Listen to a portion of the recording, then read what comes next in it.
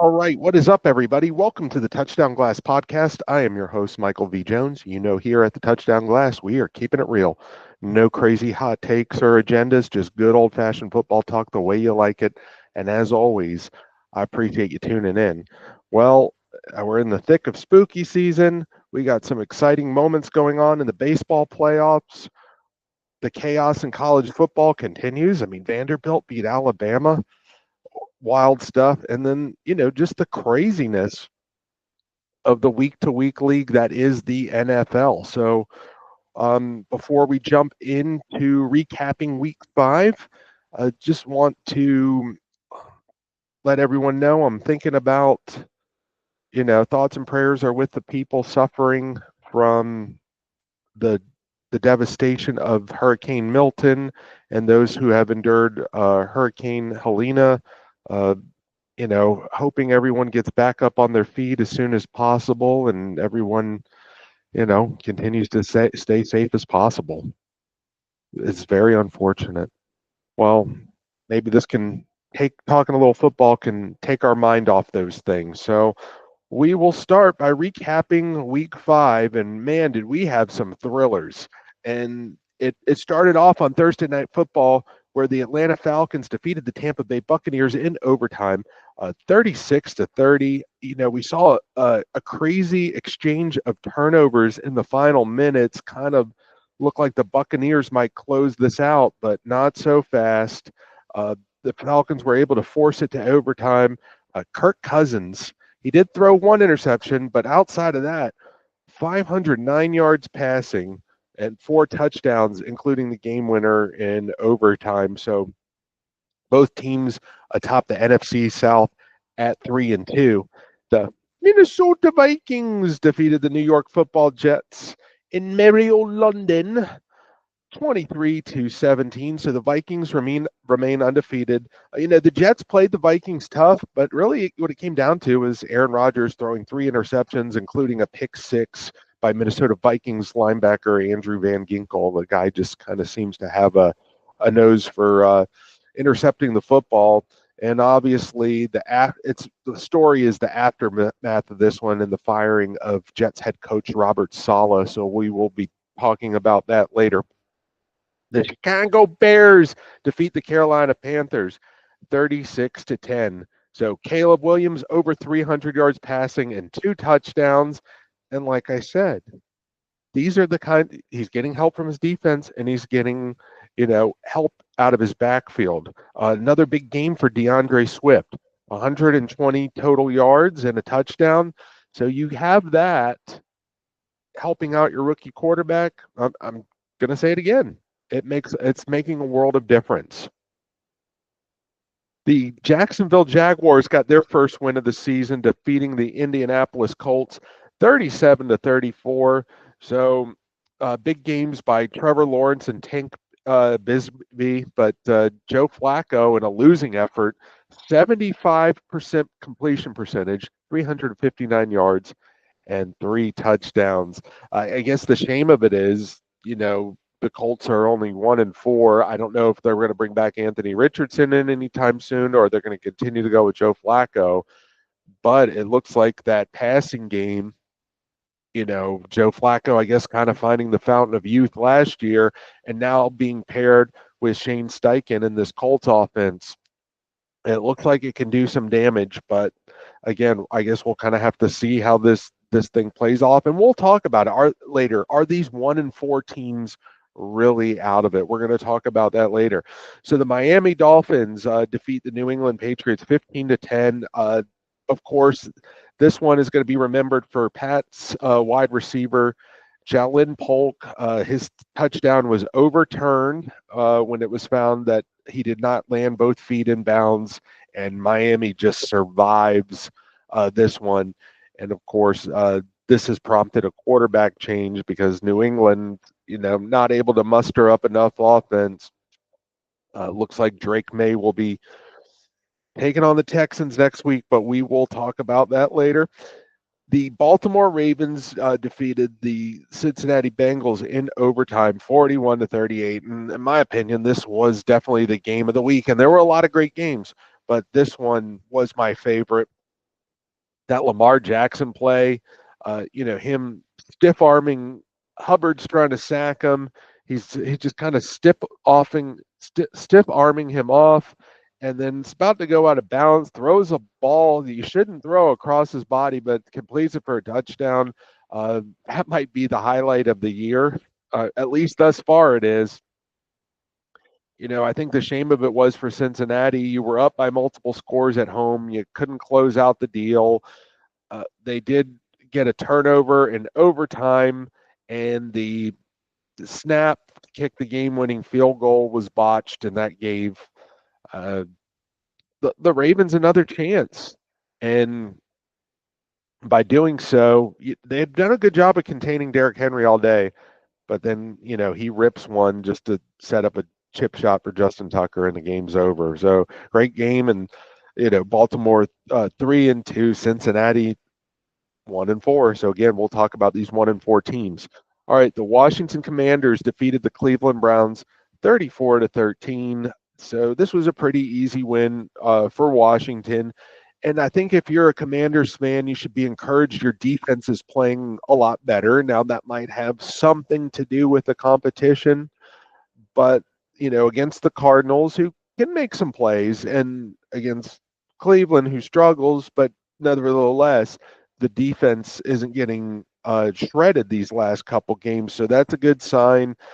Jaden Daniels didn't have one of his spectacular games, but he made enough wow plays, and that's what can when you have a quarterback with that kind of talent, like with that kind of caliber of an athlete.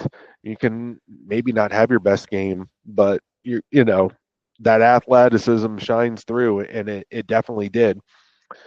All right, the Houston Texans defeat the Buffalo Bills 23-20. So unfortunately, Nico Collins is on IR, not for this season, but they did lose Nico Collins in this game, and that's kind of when it seemed Buffalo was able to get back in the game. It was tied 2020 late in the game, and the controversy is the Bills on the final possession threw three straight passes, didn't complete any of them, didn't take any time on the clock. They're really backed up deep in their own territory, and then they punt uh, punt the ball, and the kicker Fairbairn has a easy, or no, he doesn't have an easy. I'm sorry, but he's got a big leg, and he was able to kick a 58-yard field goal to win the game. So there's some controversy about that. I'm just going to say, I get it. You want to make some plays and you want to go win the game. Unfortunately, not playing conservative, I really came back to bite them in the rear. So that's how it goes. Josh Allen, only 9 for 30 passing. So remember, Josh Allen was getting a lot of help from the running game. The receiver by committee was working out the first 3 games. The last 2 games, it hasn't. So Buffalo's is going to have to go back to the drawing board. But a big win for the Texans. They are 4-1. Buffalo 3-2, still atop the AFC East. All right, the Denver Broncos defeat the Las Vegas Raiders 34-18. I love those Broncos throwbacks, those orange crush throwbacks with the royal blue helmets and the orange jerseys and the white pants. It's such a good look, and you never really appreciate these uniforms when you're young until they go away. So it was cool to see them rocking those. Patrick Surtain, he had a coast-to-coast interception return for a touchdown after Denver was down early, and really it was all Broncos after that. Gardner Minshew was benched. Looks like he's not starting the next game, and that is 3 in a row for the Denver Broncos. So I haven't been high on Denver and Bo Nix and Sean Payton, but right now they're making a lot of people eat their words. So good for them. The Arizona Cardinals defeated the San Francisco 49ers 24-23. And I'm borrowing this. I heard this, I think maybe it was on Colin Cowherd's show or another sports talk show. But if you had told me, Nick Bosa intercepted a pass the 49ers blocked a field goal and scored a touchdown on it. They were up 10 into the fourth quarter at home and lost. You'd really have me scratch my head, but that's exactly what happened. So I think this game, good for Arizona in the win, getting the win, but really this game was more about the 49ers losing it than it was the Arizona Cardinals winning it. So we will, I guess, when we preview next week, they actually have a big matchup tonight against the Seattle Seahawks. So we'll be looking for the San Francisco 49ers. Looking forward to that. And we'll talk more about what that game means when we get to it.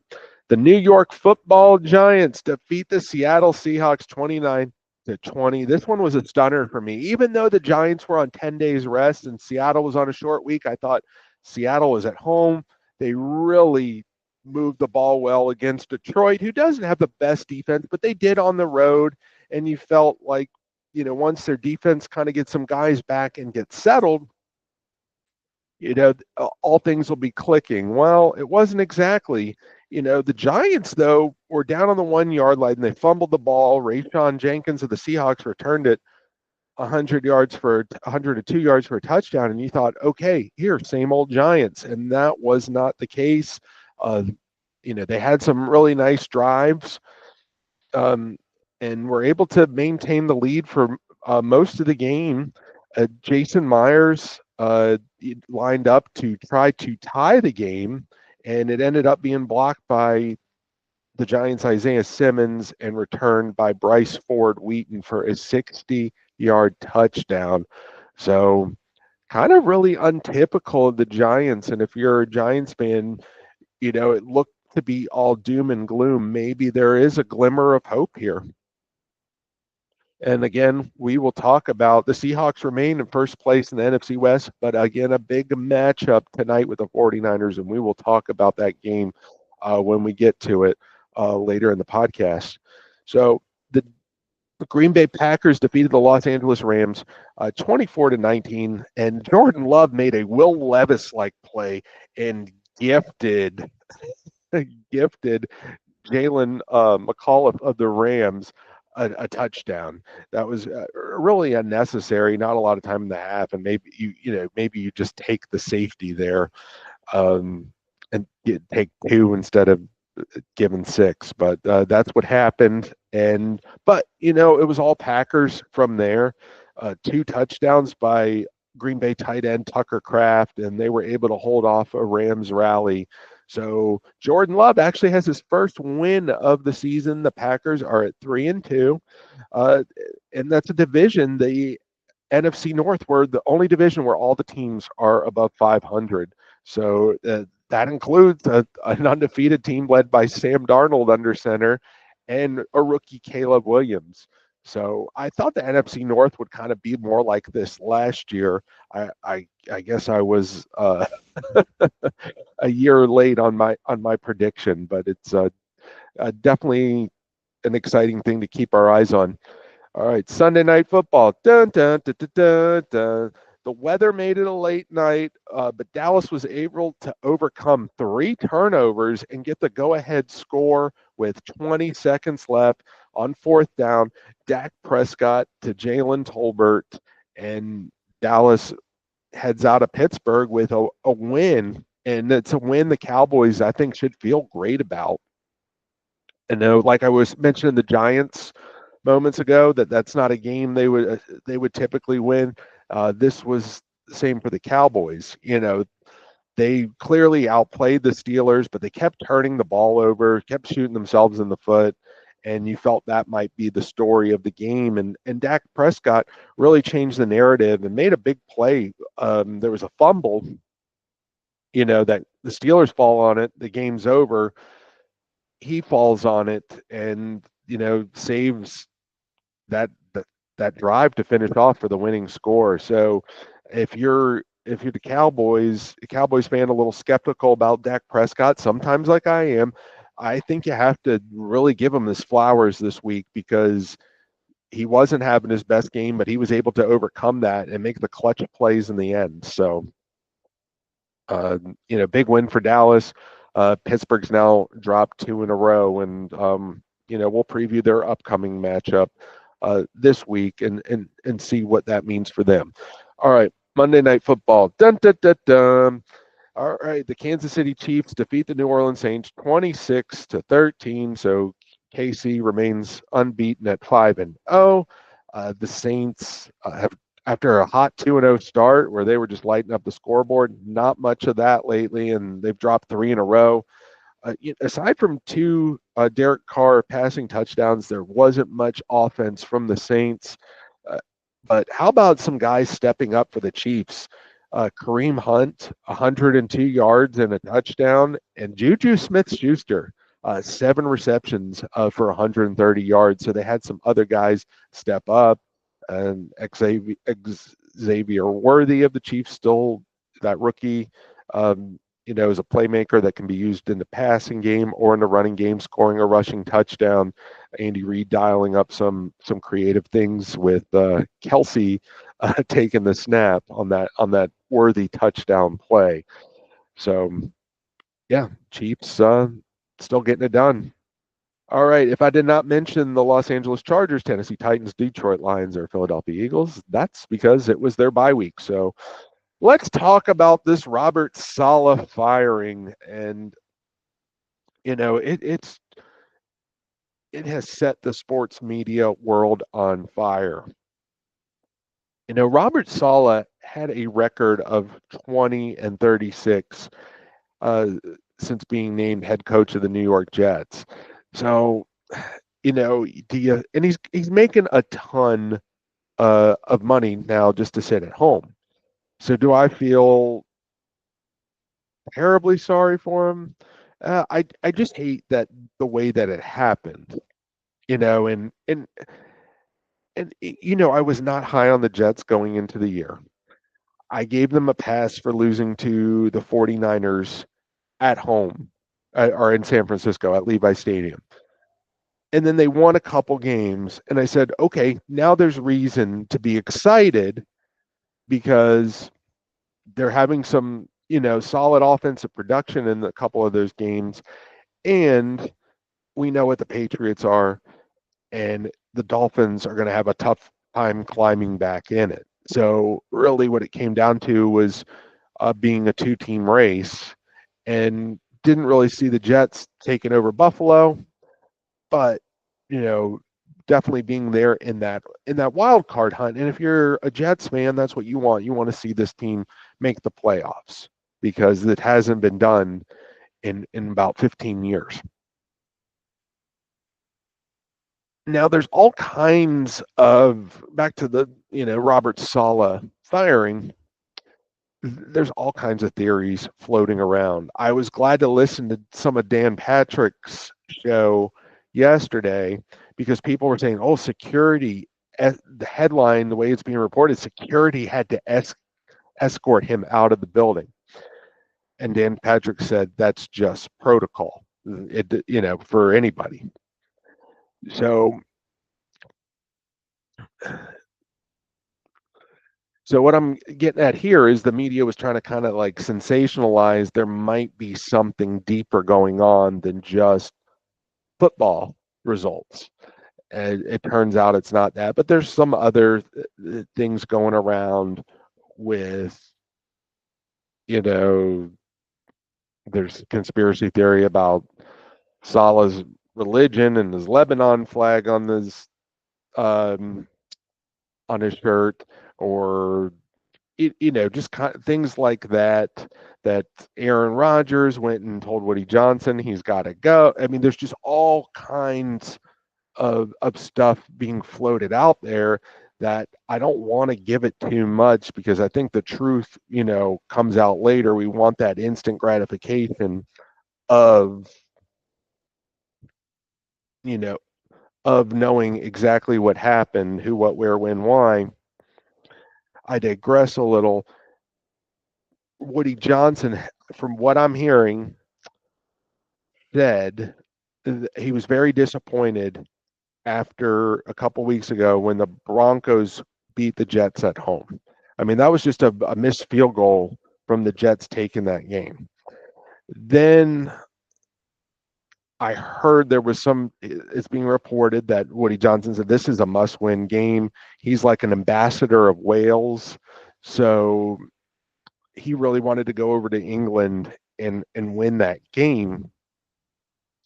And that's kind of a tall order because the Minnesota Vikings are a really, really good football team. So to say that's a must win when you're not only, you're flying overseas to play the game too. So there's the variables that come into that. Now there's also some talk about Saleh wanting to, how does Aaron Rodgers factor into all of this? Well, Saleh wanted to make a change at offensive coordinator, demoting Nathaniel Hackett. However, they're saying that Woody Johnson said, well, we can't do that because it'll upset Aaron Rodgers. Whether Aaron Rodgers said, oh heck no, or what, we don't know. So it's still a little messy, but we can kind of piece some things together, and it looks like the owner got very impatient, and what the head coach wanted to do, even though he's a defensive minded coach and the defense has been playing really good football, the offense was not living up to expectations. And I think the owner's just very impatient, does not want to be embarrassed again this year. And I don't know if he's thinking this this is kind of the last ace up my sleeve to try to play, is going to an interim head coach. Sometimes we see going to an interim head coach can provide some kind of a spark, right? It kind of turns up the temperature in the locker room that, okay, head coach we're 5 games in and the head coach is gone. Things are getting serious here. We gotta get it together, or there's going to be other people gone, right? Still, I don't think this ends well for the Jets. I really don't. And it just seems like the panic button was hit too early. Maybe you hit it, early before it's too late, okay, but you're a game out. If you beat Buffalo this upcoming week, you're in first place. So some of the logic behind it is very head scratching. And if they don't win, are we going to come back and say, here in a couple of weeks, if they haven't won a game, do they have an Aaron Rodgers problem? Because I did have my concerns about Aaron Rodgers going into the season. There was no, he wasn't a participant, I guess, in off-season activities. I don't know what he did in training camp. He's 40 years old. He's coming off a torn Achilles. Yeah, it's we're going to get some answers here really soon. And back to Robert Saleh, why wouldn't you just, if you were willing to do this at this point, why wouldn't you just change the head coach at the beginning of the year? I don't get that, and I know we can kind of say they've never really got quarterback right, the Jets. They've never got quarterback right. However, you only get to be stuck in neutral so many times. It doesn't matter your quarterback situation. You only get to be stuck in neutral so many times before the you got to show him something before the head coach has changed. So, well, we'll see what Jeff Ulbrich can do next week on Monday Night Football. Gonna be Everyone's gonna be watching, that's for sure. All right, so I mentioned earlier, are 1-4 teams out of it yet because nobody's winless 5 weeks in. So we have 2 5-0 teams. 2 4-1 teams, 1 3-1 team, 10 3-2 teams, 8 2 and or 2 2-2 teams, 8 2-3 teams, 1 1-3 team, and 6 1-4 teams. Look, there's not a wide gap, right? I mean, you have the two undefeateds that have a nice cushion. Outside of that, into week 5, it's not a wide gap, right? And so if you're 1-4, you're definitely not dead, but you're gonna have to stack some here pretty quickly. But you're not dead, so maybe that gives hope to you know some of these AFC South teams, the three of them that just have one win, the Cincinnati Bengals, the Los Angeles Rams, when they get some of their guys back. Nobody's really running away with all the playoff spots. Things are going to happen. Injuries are going to happen. Guys are going to come back. And this was what I think makes it exciting. This is why the NFL is exciting. And for week 5, there's some teams that really have some issues, and maybe a team like Cleveland, I think, unless they're going to do something at quarterback, I think they are out of it.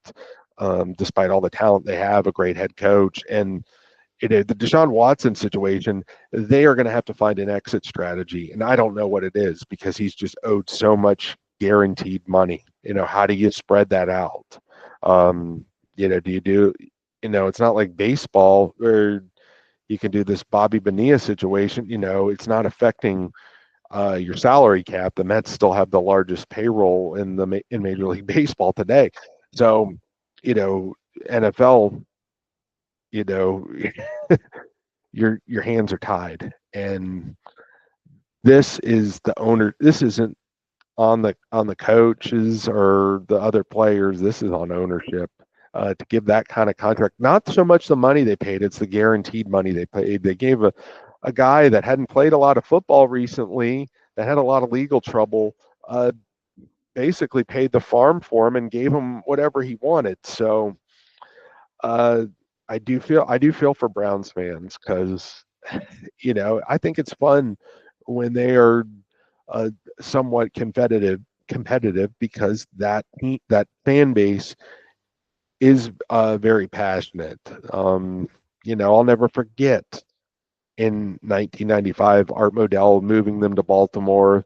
They became the Ravens. That franchise had a lot of success, and it took a few years to get the Browns back, and it's taken them forever to have any kind of success. So it's a it's a very dire situation in Cleveland, and I do believe the Browns have to come up with some sort of exit strategy, even if that means eating it for at least a year before they can really piece together a good roster again. Because you can't keep going on like this. Deshaun Watson, the brilliant athleticism that he once had has faded. It's not going to be able to make up for whatever he's lacking between his ears and in his chest, or referring to his heart.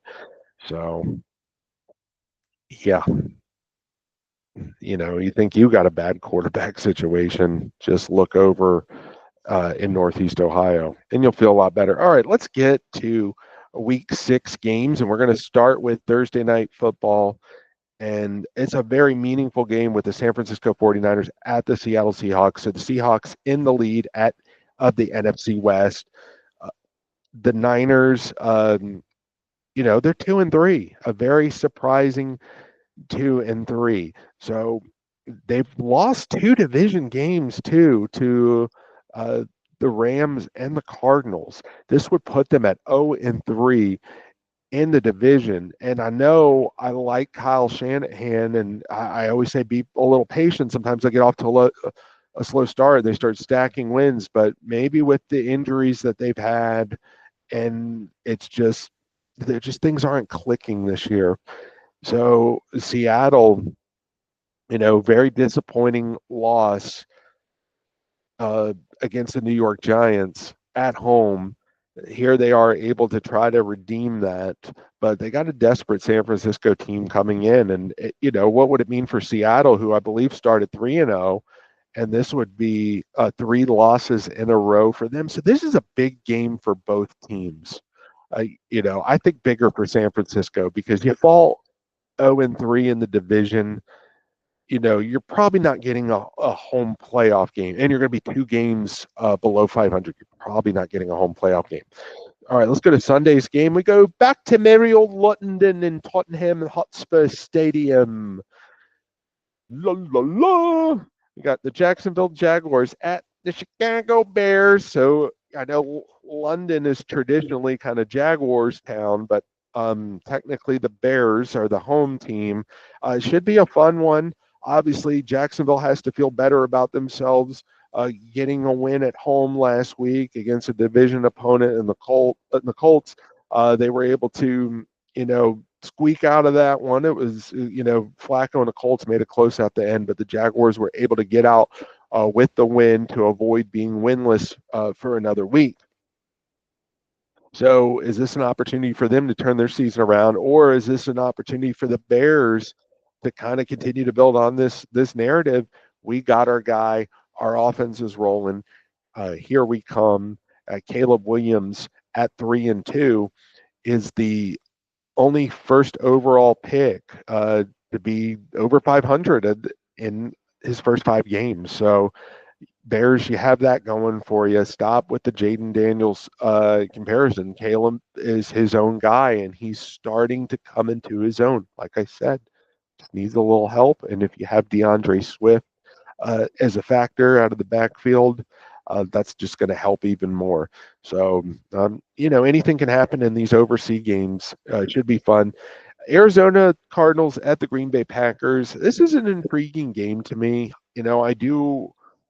I like watching Kyler Murray, but I do kind of worry that if he has to do too much, it's it's not going to end well, and it's going to be tough against this Green Bay defense, which is very good. Xavier McKinney having a heck of a year, being brought over from the Giants, now part of the Packers defense. So Green Bay at home. I know the Cardinals beat the 49ers last week, but that was a game I feel like the Niners blew. So I'm liking Green Bay here, and Jordan Love to put together a winning streak with him under center. All right, the Cleveland Browns at the Philadelphia Eagles. So if you're the Eagles, there's been a lot of chatter. The coach, the quarterback, this team's not living up to expectations. You're coming off a bye, and just what the doctor ordered, a team that has way more issues than you do, the Cleveland Browns. So I think this is a good spot for Philly. Looks like I'm not sure about A.J. Brown. I think Devontae Smith is back, and hopefully for their sake, it's full steam ahead for them. And I think this is the kind of game you want coming out of your bye.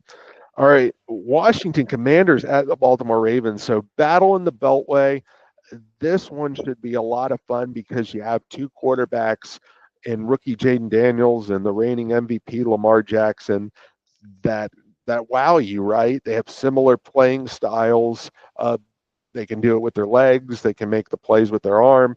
So I think that this one could really light up the scoreboard and could be a lot of fun. I'm interested to see if the Ravens defense can step up and make some plays against this Washington offensive attack, especially stop their run. And I think Derrick Henry's going to have a big game, but if the Ravens are going to play defense like they did last week in Cincinnati, then Washington too is going to march the ball up and down the field. So it has potential to be a really big shootout and should be fun to watch. All right, the Houston Texans at the New England Patriots. So it is the debut of Drake May, and I heard somebody made a point like, why make the change now? It might have been better to start him, get his first start against Miami, as opposed to a Houston team that's 4-1. Now he is going to be at home, and I look at it this way. It is if you don't have high expectations as the Patriots right now, which you should not, this is just a good opportunity to get your rookie quarterback playing experience. But this is a very tough one to start with. So, we don't know what we're going to see. Sometimes, uh, you know, a young guy or an inexperienced guy comes in there, gets their opportunity, and really that other team's just not prepared for it. I'm just not sure it's going to be D'Amico Ryans isn't going to have his team prepared to take on that rookie quarterback Drake May. So really love Houston here. All right, the Tampa Bay Buccaneers at the New Orleans Saints. So Buccaneers, 10 days of rest, another divisional game on the road. But here's what's interesting. Derek Carr is out with an oblique injury, and rookie Spencer Rattler. And I'll give you a little background on Spencer Rattler. He was the starting quarterback for the Oklahoma Sooners. He gets pulled. Caleb Williams, I don't remember if he got pulled or if he got hurt, but Caleb Williams came in, was his backup, and he never got his job back. Obviously, it's kind of funny because, Spencer Rattler then said, "Oh, I'm leaving Oklahoma," but Caleb Williams ended up bolting with Lincoln Riley to USC. But Spencer Rattler goes to South Carolina, has a nice career there, and the Saints really liked him in in training camp and in their OTAs and all that. So I don't know if this means anything if he goes and plays well. Does Carr still have the job? I would say so, because I just don't have that kind of expectations for Spencer Rattler. I think he might be a very good backup in this league, and hey, there's nothing wrong with that. But Buccaneers, I think, well, it's a big game for both teams, because the Saints, do you really want to drop 4 in a row? And the Saints have a division loss. The Buccaneers are going to want 2 division loss. This would mean 2 division losses for whatever team loses. So big NFC South matchup definitely favors the Buccaneers on this one. Indianapolis Colts at the Tennessee Titans. So another basement battle for the AFC South. Obviously, because last week Jacksonville and Indy kind of did the same thing. We'll see. Tennessee's coming off a bye, and they do run the ball well. They do run the ball well. Does Indy stick with Joe Flacco? And forgive me, I have not done my homework on that. I think they do. I don't know how you can bench a guy like that after he's come in and played the way he's played. Let Anthony Richardson rest up. So I don't know what this will mean in the scheme of things. Can one of these 1-win teams be one of the teams that crawls back in it? Well, maybe in the AFC South, where it's just really Houston, and if someone can stack some wins, crawl in second place, maybe they're in the wild card conversation. But that's a big if. The Los Angeles Chargers at the Denver Broncos. So teams that kind of have their seasons, they were going in one direction. Now they're both going in different directions, because we had the Chargers that started out 2-0, and then they dropped 2 before the bye. And then here we had the Broncos started 0-2, and they've won 3 in a row. So again, head scratcher. So I don't know what to think. It's in Denver, and Denver's defense is playing well, and it seems like the Chargers get some offense going in the first half, their last couple games, and are not able to muster anything up after that. So was Harbaugh and company able to make some adjustments over the bye to get their offense going again? We shall see. All right. Pittsburgh Steelers at Las Vegas Raiders. So it's Aiden O'Connell who's getting the start, the second-year man for the Raiders at quarterback. And, Justin Fields, we're hearing it's going to be starting for the Steelers, but we're hearing reports. Russell Wilson's back at practice. And Justin Fields is one of those quarterbacks that's got a lot of talent, can make plays with his legs, make plays with his arm.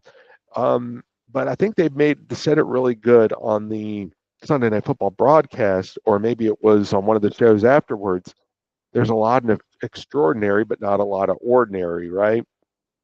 Where's kind of those mid-range completions that you need to sustain a drive. You're missing some of those. So, can Arthur Smith kind of dial some things up and help Justin Fields, maintain drives? Because if they don't, there's going to be the whispers of Russell Wilson, and uh, I just don't think that's the answer. I would just stick it out with Fields unless things really go south. Devontae Adams likely out again. The trade rumors are still swirling, but I think the Raiders want too much for that big contract. So I don't know what's going to happen there. And speaking of receivers, why is it that um, the Steelers always have these one-year wonder receivers? Juju Smith-Schuster, um, Chase Claypool, George Pickens, because George Pickens isn't really a factor anymore. So it's kind of something weird in Pittsburgh. Everyone's like, "Oh yes, Pittsburgh. They know how to find wide receivers." Yeah, they're these wide receivers that are great, in a short window, and then something happens. So I can't explain it, but we'll see if somebody can up over there and make some plays. All right, we got the Detroit Lions at the Dallas Cowboys. So we all know what happened last year in that wild ending. I believe it was a Monday Night Football game. So even though Dallas had a great win, there are some concerns here. It's the NFL is really funny, right? The Cowboys haven't won a home game this year, but they have a better record than the 49ers. Had you told me that at the beginning of the year, here we would be after 5 weeks, I would have said, huh? But that's the reality of it is. But there are some concerns for the Cowboys. They're very thin on their defensive line. They have, they've lost 3 pass rushers, and not only that, but guys like DeMarcus Lawrence and uh, the rookie Nealand, they play the run pretty well too. So, that's a big loss considering you got a Detroit team that's coming off a bye and they love to run the football.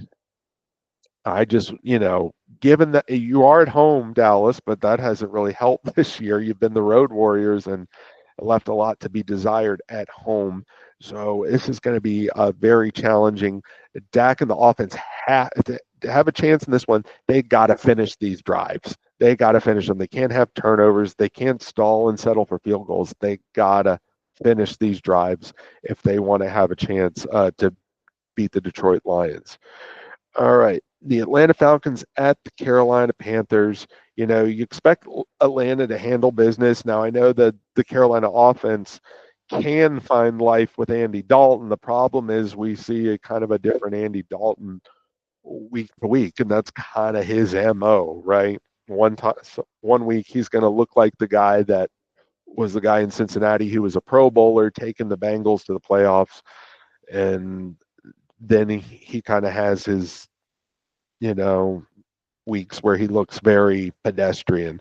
So I just think Atlanta's riding high right now. They have a lot of momentum, and here's a good chance for them to go 3-0 in division play.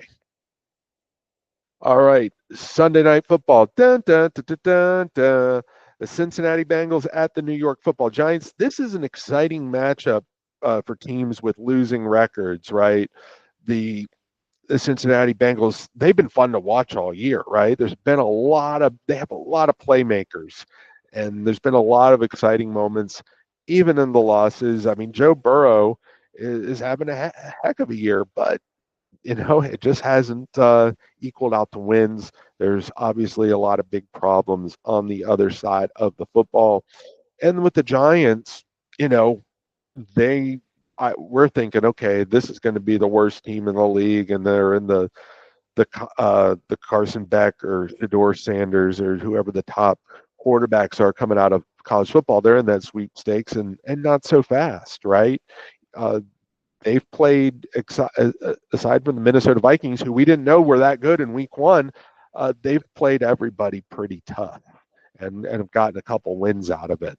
So I think this is going to be a fun one for prime time. You can ignore the records. It's more going to be about the fireworks. It should be fun. All right, Monday Night Football. Dun, dun, dun, dun. Buffalo Bills at the New York Jets. First place in the AFC East on the line. And what did the Jets decide to do? They decided to be New York Jets and fire the coach before the game. So, so a lot of pressure on, I feel like, Aaron Rodgers and this new coaching staff, or Jeff Ulbrich, and however this whatever's reorganized of the new coaching staff, a lot of pressure here now to get this done. But again, I mean, how much pressure is there really? Because who else are you gonna turn to, right? Um, but Buffalo too. This is big for them because they were 3-0. I called them the class of the NFL. It looks like they got it right. They got their running game going with James Cook. They have the receiver by committee, which looked like, okay, maybe this is what Josh Allen needs. And in the last couple of weeks, they've hit a couple roadblocks. So this is it. For what these teams expect to be, this is huge. This is huge, and everyone's going to be watching this one. All right, if I didn't mention the Minnesota Vikings, Los Angeles Rams, Miami Dolphins, or Kansas City Chiefs, that's because they are on a bye. And look at that, the two 5-0 teams will remain undefeated because they do not have to play this week. All right, everybody, stay safe out there. Enjoy the games.